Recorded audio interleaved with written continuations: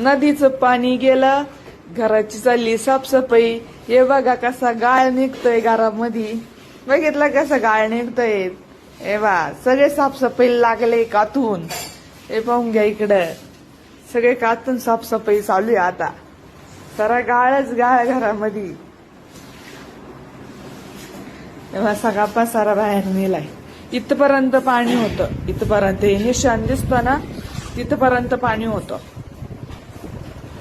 निशाणच पडलं डायरेक्ट पाण्याचं, एवढं पाणी होतं. या बा सगळं गाळ गाळ आहे, सगळीकडे गाळ आहे. बाहेर सुद्धा पाहून घ्या.